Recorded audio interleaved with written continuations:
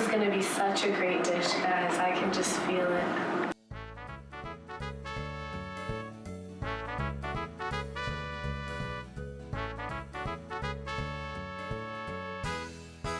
Today we'll be making 4 cheese baked ziti with some spinach.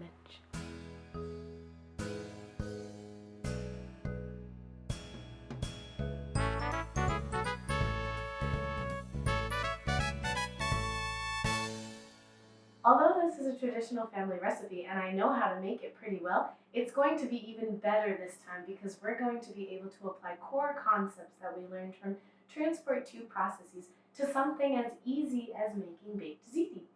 The concepts that we'll be going through in this video will be boiling, convection, and conduction. Let's get started. For today's dish, we will be using 1 box of penne pasta, 6 ounces of spinach, 1 package of mozzarella cheese, 1 jar of Alfredo sauce, half a cup of grated Parmesan, 1/4 teaspoon salt, 1/4 teaspoon pepper, and 1 clove of minced garlic. To start, we're going to need to find a pot to boil our water in for our pasta. Surabhi, do you have any pots that we could borrow? Yeah, I have so many pots. Look at all of my pots. Do you have any wooden pots? Wooden pots. Are you dumb? Wood has a thermal conductivity of 0.22 watts per meter Kelvin. You're going to need something with a much better thermal conductivity if you're going to cook this pasta fast. Well, how does thermal conductivity relate to heat transfer? Well, let me tell you. Thermal conductivity is the measure of how well heat is transferred through a certain material.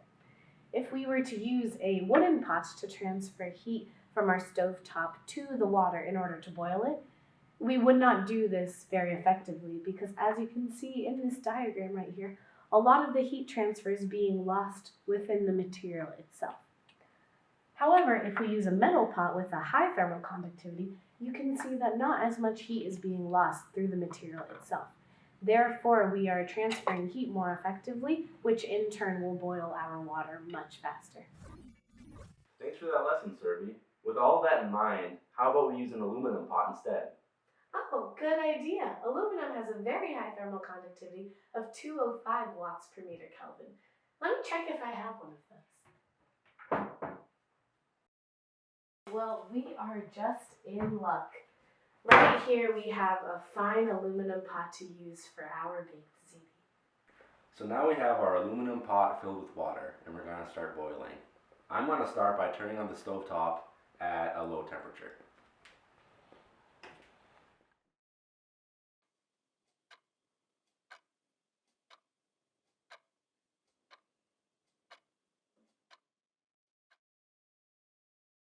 We've been heating this water for so long on low and it's not boiling yet. What's wrong? Well, if we think about it, since we're not seeing any isolated vapor bubbles in our pot of water, it's safe to assume that we haven't reached an excess temperature of even 5 degrees Celsius, according to this diagram. Your excess temperature is equal to the temperature of your surface minus the saturation temperature.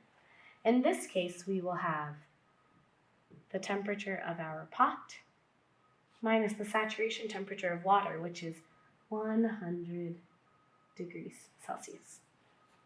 Once we enter the range of 10 to 30 degrees Celsius for our excess temperature, we can see that we'll be in more of the nucleate boiling regime, which is the regime that we want to be for the most effective heat transfer to happen.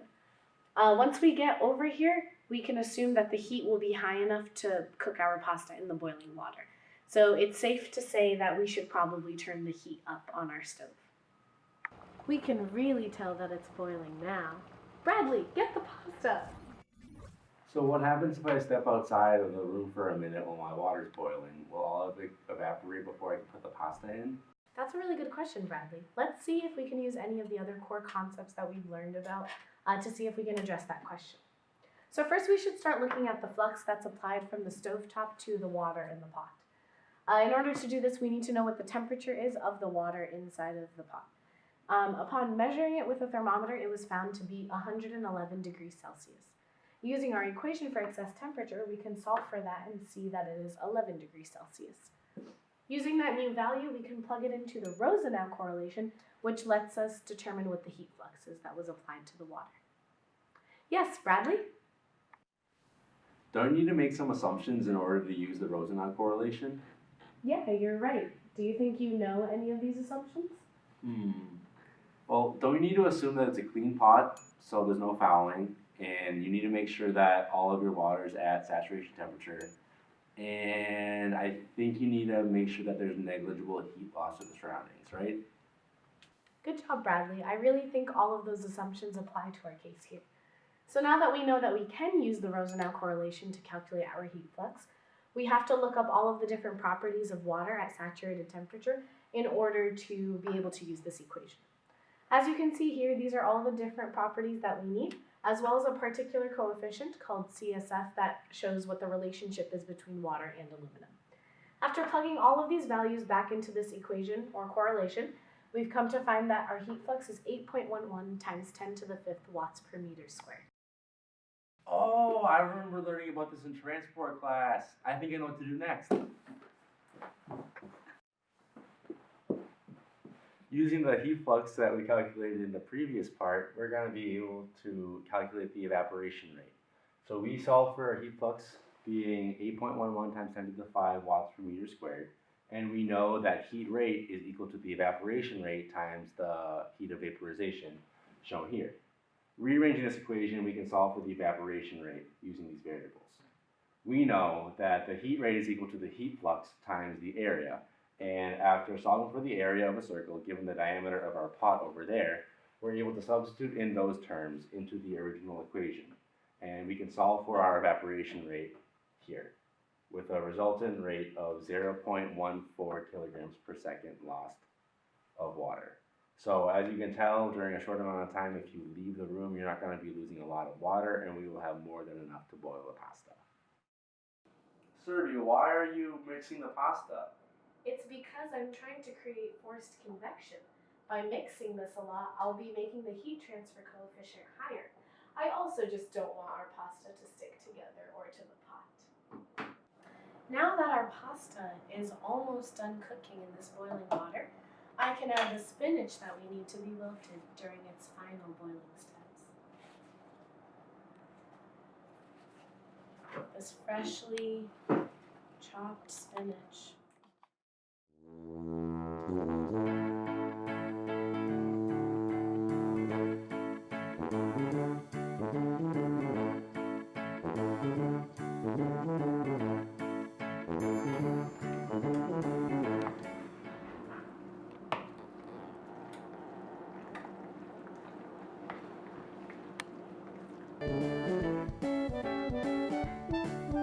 And now it's ready for the oven.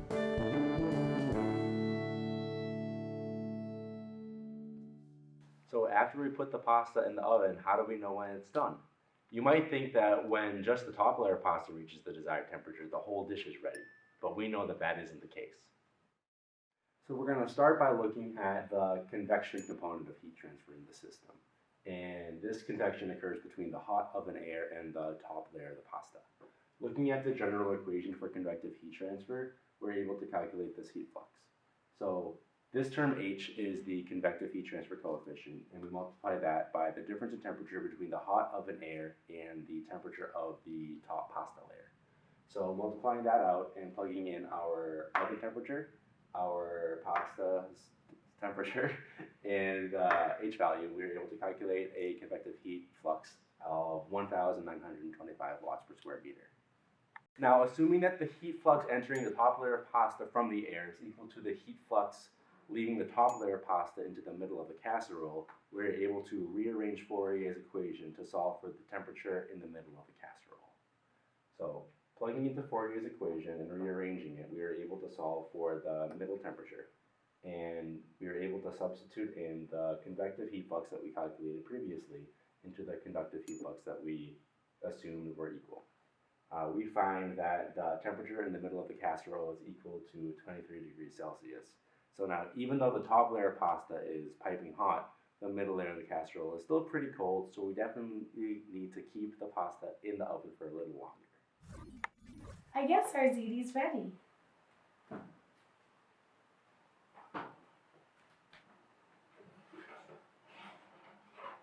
Look at that.